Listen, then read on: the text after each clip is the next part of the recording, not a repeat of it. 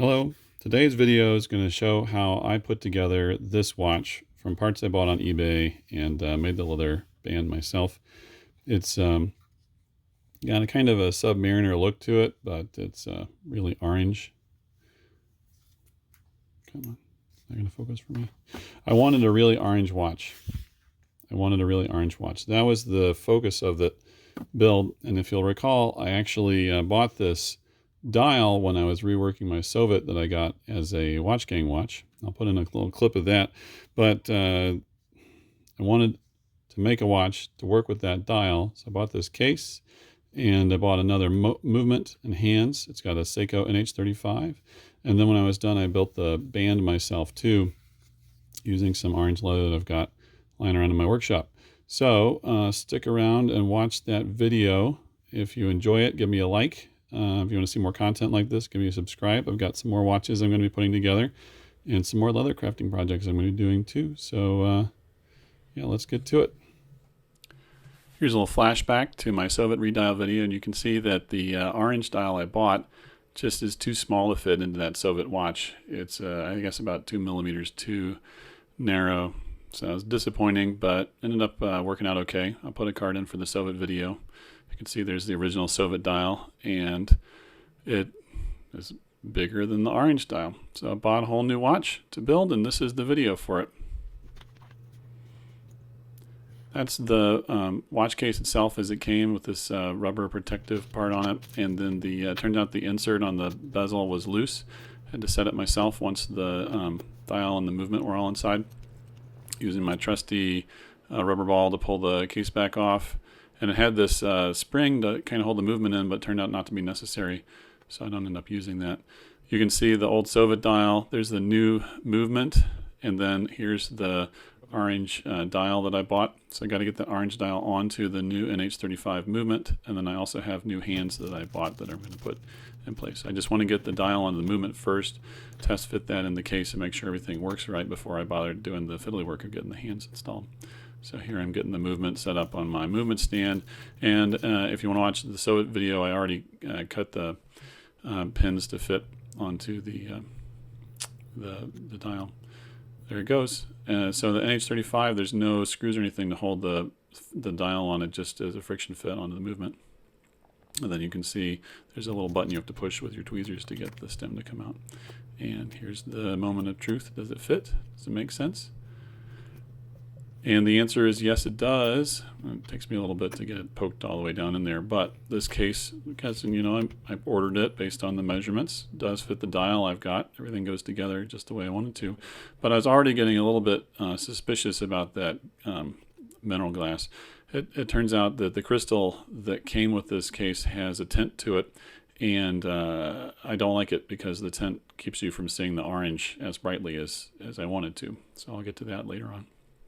So here what I'm doing is I'm moving the hands until just at midnight so that the date turns over. And you can see there the hands that I bought. So I'm going to pull them out of the packaging. I'll put the links to the different eBay listings I used in the description, so you can order these things yourself if you want to, or at least see what I got. So now it's, you know, it's hacking movement, so it's not going. It's set to just after midnight. So if I get the hands on and I set them exactly to midnight, then that means the date will turn over right at the midnight when it's supposed to. So I'm getting that hour hand lined up, getting it put on there. So now turning around twice, and boom, changes date right when it's supposed to. Tested a couple of 3 times. I gotta get the minute hand on. I wanted the black hands to really contrast with the orange dial. I thought it'd be easier to read that way. And they do have loom. The dial doesn't have loom. That's okay with me. You know, I wanted those minute markings. That was part of the purpose of the Tsovet redial. Its original Tsovet dial didn't have minute markings on it. I wanted those, and it wasn't as important for me to have loom on it. Honestly, if I need to see the time at night, I can always just look at my phone. It's more about the mechanism and having it work and doing it myself for me. So. And these hands have loom. They work perfectly well. You can see this watch at night. So I'm just testing to make sure that everything's staying lined up. The hands aren't hitting each other. I can run it all the way around, and as I go, the hour hand lines up with an hour when the minute hand lines up with the 12. You'd be surprised at how often people get those misaligned, and it really bothers me. So now it's all set up. I need to get the second hand on there. I'm getting better at this. It's one of those things, you know, you have to have a growth mindset. Practice, practice, practice. The more I do this, the more hands I put on, the more I work with small stuff, the easier it becomes. So if you're thinking about getting into this, I would suggest going ahead and just getting a project started. Honestly, the knowledge base for working with these old mechanical watches, old style, this is obviously all new componentry, is getting lost. And the more people we have involved in it, the more it's going to survive, and we'll be able to keep this thing going. And we're taking it forward as a hobby, but still, you know, what are steam engines now but a hobby? It's important that there are people who know how steam engines work and can keep that knowledge for humanity. So anyway, got the watch working. Got to pull that stem off. It comes with the silly little setup stem, but it also has an uncut stem that you can fine tune to your movement. So I'm going to get that set up in a little bit. So I'm going to get the movement in there, pretty close to lined up. And I'm going to pull the crown off. It's got a screw down crown, and take out, I tried this stem just to see if I could use it for lining everything up, but it's too short. So I get out the uncut stem that came with the movement, and I got to get that installed. I'm going to get the crown just test fit on it so I can put it together and see how much distance I need to cut off to make everything fit together. So now the crown's on, screwed down tight. Get the crown into the movement. Everything lined up the way it's supposed to. Okay, so at that point I can measure with my calipers and figure out exactly how much of the stem I have to cut off to get the crown to fit where it's supposed to. So you want to get that crown down to where it's touching the top of the threads when you got it pushed in, and then there's actually a spring-loaded part in the screw-down crown that takes up the rest of the slack and lets it screw down onto the movement. So I got the calipers set. I actually used the lockdown screw on the calipers. Instead of trying to get a number off of it, they're just physically set to the right distance. And then I get out my side cutters and I just cut it off, snip, to the right distance. And I did this off screen. It was kind of hard to do this on camera, but I actually used a set of small files to file down the end of it to get the crown to fit on well. So having a hard time, you can see getting the crown to start. That's because the end was snipped off. So I did it off camera, but I got the thing filed down so the crown fit on. Then click, it goes in, and then you can screw down the crown like that. See? So it works like it's supposed to. That means that the dial should be lined up now. So once I get the movement back on, I should be able to, at this point, put the insert onto the bezel in, and I got to get it lined up. So this is my first ever attempt at that. Getting that bezel insert lined up. So you want to, so there's a little bit of play in the rotating bezel. You want to get it clicked over so that it's as far to the right on its click as it can, and then line up that noon and the 3. And I did pretty good, I think. I got some criticism from some Facebook groups, but I think it was mostly a parallax where the picture wasn't from straight on. It seems to be good to me. You can see I ordered a case specifically that had orange numbers on it too. I know it's a little bit over the top, but I did my college work at the University of Tennessee, so I like orange. And there's a tradition for Tennessee alumni to wear as many different shades of orange as possible, because it's really hard to get like the same orange.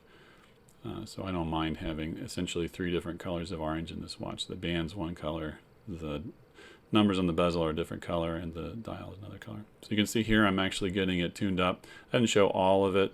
It took a little while. This is my first time really getting a watch tuned up. But you can see I got the beat error down, so about 1/10 of a millisecond, and then I got the rate set up to just about 7 seconds a day. So that's not too bad. It didn't come that way. It wasn't adjusted when I got it, so I had to go through and do that adjustment. Okay, I mentioned I didn't like this glass. The crystal, it has a tint to it and keeps you from seeing the orange properly, so I decided I was going to replace it. That meant, first of all, popping it out and then getting another one. So what I did was I used a tack hammer and a piece of shearling to protect the crystal. Tap, tap, tap with the tack hammer through the shearling, and then the crystal pops out. This is actually pretty thick crystal, so it didn't break in that process. able then to take measurements off of the crystal to get replacement ones. And of course, the first measurements I did were not correct, so I ended up having to order twice.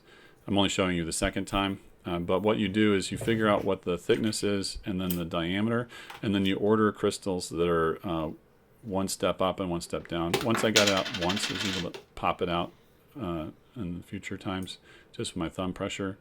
So I've got 3 different crystals that are about the right size, and it turned out the one in the middle, the one that was the measurement that I made, was the right one. So that's this, what is it, the 30.5 millimeter, 2.5 millimeters thick.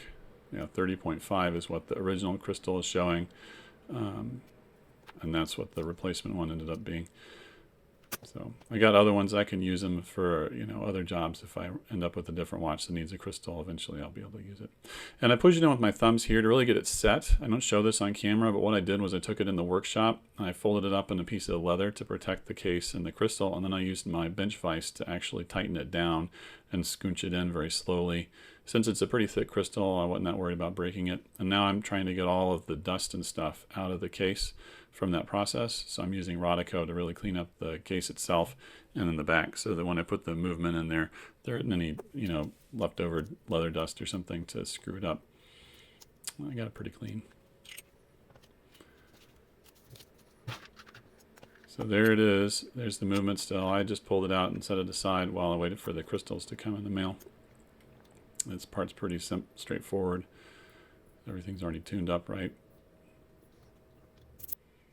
Just blowing it a little bit to make sure I get the movement started and make sure there's no more dust in there and put it together. And just got to screw it on, and that part's done. You can see it's really bright now because I've got no tint on this crystal. I feel pretty good about it. It came out the way I wanted it to look. Again, kind of a Submariner look to it, but I like it. And I know it doesn't have Submariner hands. That's okay with me. I like that too. It's my thing. Someday I'm going to figure out how to put a name on the face, on the dial. I haven't done that yet, but there's some videos I've seen for like screen printing and stuff, tiny stuff, or doing decals. If you got an idea of how I should put the name on the dial, yeah, give me a comment down below. Let me know what you think I should use to put the name on there. I mean, I could just use a really tiny pen, but I'm not sure that my handwriting is consistently good enough for that. Maybe if I practiced. Okay, so I got the watch done. That's happy, but it doesn't stay on your wrist unless you got a band for it. So I wanted to make a band. So here you can see I'm using my Aviate Mustang just as a little model for the proportions. And then I had some leftover orange leather. If you want to check out my Etsy shop, I've got a link in my, my bio. I'll put a link in the description too, but I made some dot kits out of this leather. I'm going to try to get them up on the Etsy shop pretty soon. But yeah, one of the things I do with my leather crafting is I sell some things on the Etsy shop, some stuff I sell on my Instagram. So take a look there too. But this was just some scrap pieces. Always save all the scraps because you never know what little projects you can do. Watch bands are actually pretty nice from that perspective because you can use a lot of cast off pieces to make watch bands. If you're interested in a custom watch band, send me a DM. Maybe the easiest way would actually be to DM me through my Etsy, because then we could set up a custom order through the Etsy system. So what I did was I cut out 2 pieces to be the main part of the band, the billet and the buckle side, and now I'm cutting out a smaller piece that's going to be the retainers for the strap. And of course this leather is too thin really for the way I had my strap cutter set up, so I'm having to go touch it up a little bit with the rotary cutter. Yeah, so one of these is going to be the billet side, and one of them is going to be the buckle side, and you'll kind of see how this kind of really basic leather strap goes together. Marking the fold over point for that one. The other one I just folded in the middle to get it long enough, and then I got to use contact cement. So this style of strap uses contact cement as the main thing to hold everything together. And if you're doing shoes or something, you might really want to stitch it, but with a watch band, the contact cement's really enough to hold it. That stuff's tough unless it gets really hot, or you get the wrong chemical solvent on it. It'll stay forever once it's stuck. The leather will come apart before the contact cement does. You have to let it dry for about 20 minutes. I don't show that part, of course. It's watching glue dry. Here I am making the buckle side. So you can see I use a little pegwood to sort of hold the space for the spring bars. And then I'm making the billet side.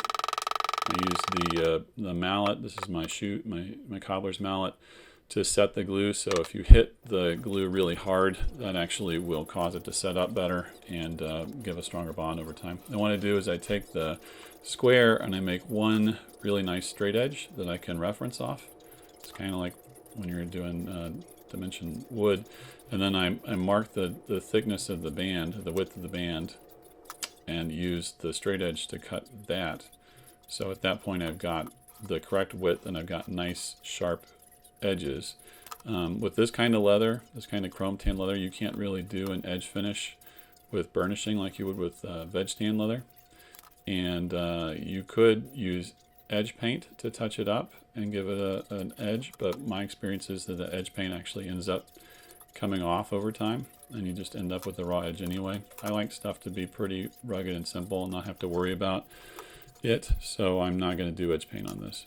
And it'll get a patina over time, as leather products do. Using my billet end cutter to just really simply get that end of the billet cut without having to do a lot of mess and fuss.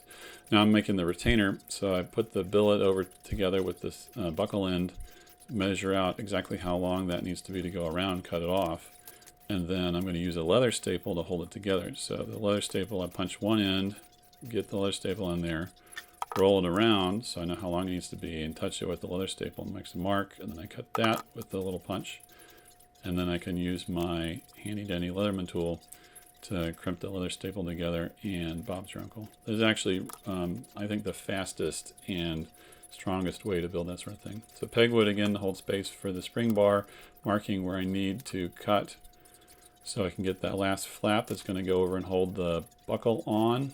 I'm skiving a little bit of thickness out of here so it's not too bulky under where that retainer strap's going to be trapped. So I always put 2 retainers on this kind of watch strap. One of them is trapped in the fold that holds the buckle in, so it's always right there. It's actually part of the buckle structure because they're half buckles usually. And then the other one is a floater, so you can run it up depending on how far you need the retainer to be to hold that end of the strap to keep it from flapping around. Okay, so that one's going to end up trapped in there, so what I'm going to do is use the contact cement on it as well as part of the main strap, and then the little flap that's going to hold the spring bar in.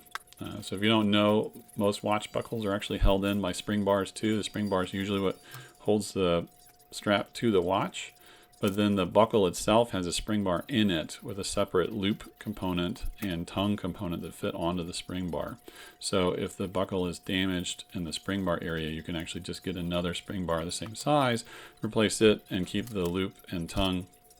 I have to cut a space in the end for the tongue. I probably should have done it before I put it all together, but I'm just using the punch that I use for the tongue holes on the billet side to make a start, and then I sort of carved it out with the knife. And you got to get the tongue in through that hole and then the spring bar through it.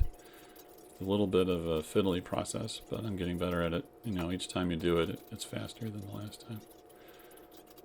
Get it fed through like that, and then you just fit the buckle loop on. I've got my regular spring bar tool like I use on the watch end of it.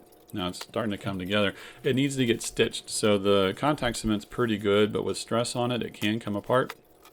And so what you end up doing is putting little stitches at the main places to hold the strap together right where the spring bars go through for the watch end.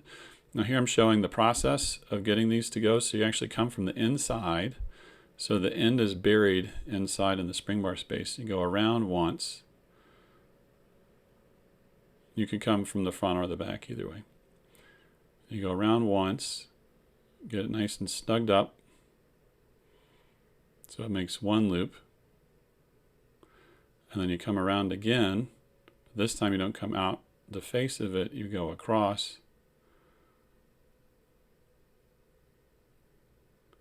So that end is buried again, and so it looks like all you've got is the loops. There's no ends. So watch. I'm going to take that one, came out through the spring bar space. I'm going to feed it all the way through, and then come from the inside out on the other side. And then again, you take that around and you do a loop all the way through.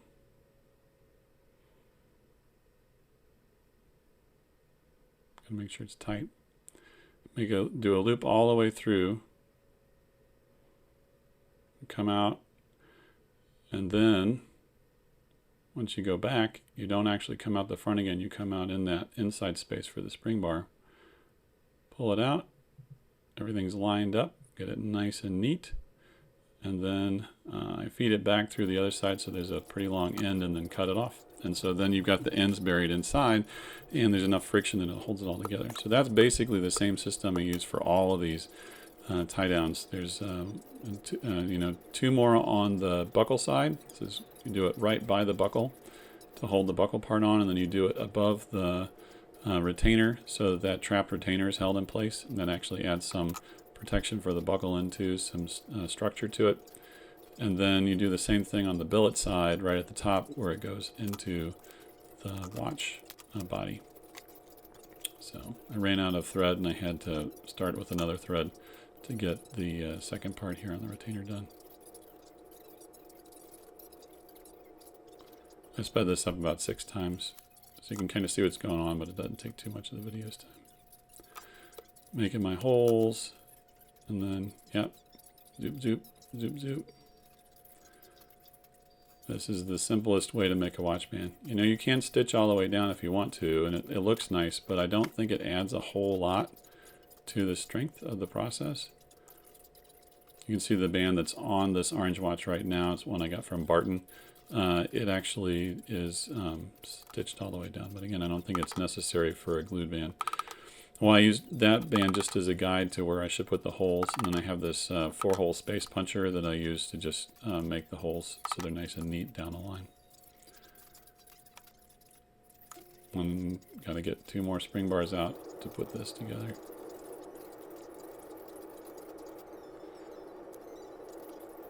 And I forgot, I actually needed to do the other retainer on the buckle side.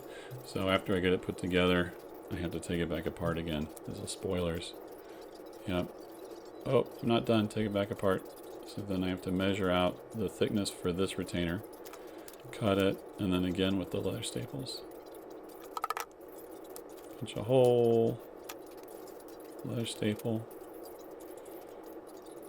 mark, and then punch the other hole, leather staple again, and then use the Leatherman to crimp it. But you can't get it on while the buckle's on the watch, so you got to take it off, slide that retainer on, back on, and now it is all done. Yep, so there you go. The orange watch completed. Rotating bezel and all. Seiko NH35 movement. I think the total amount I spent on this is about $135 for the parts. You can see it, you know, the total labor actually total probably like 2 hours, and part of that's because I'm still learning how to do some of these things. A lot of that was the band time. So anyway, thanks for watching. I hope that you enjoyed this video.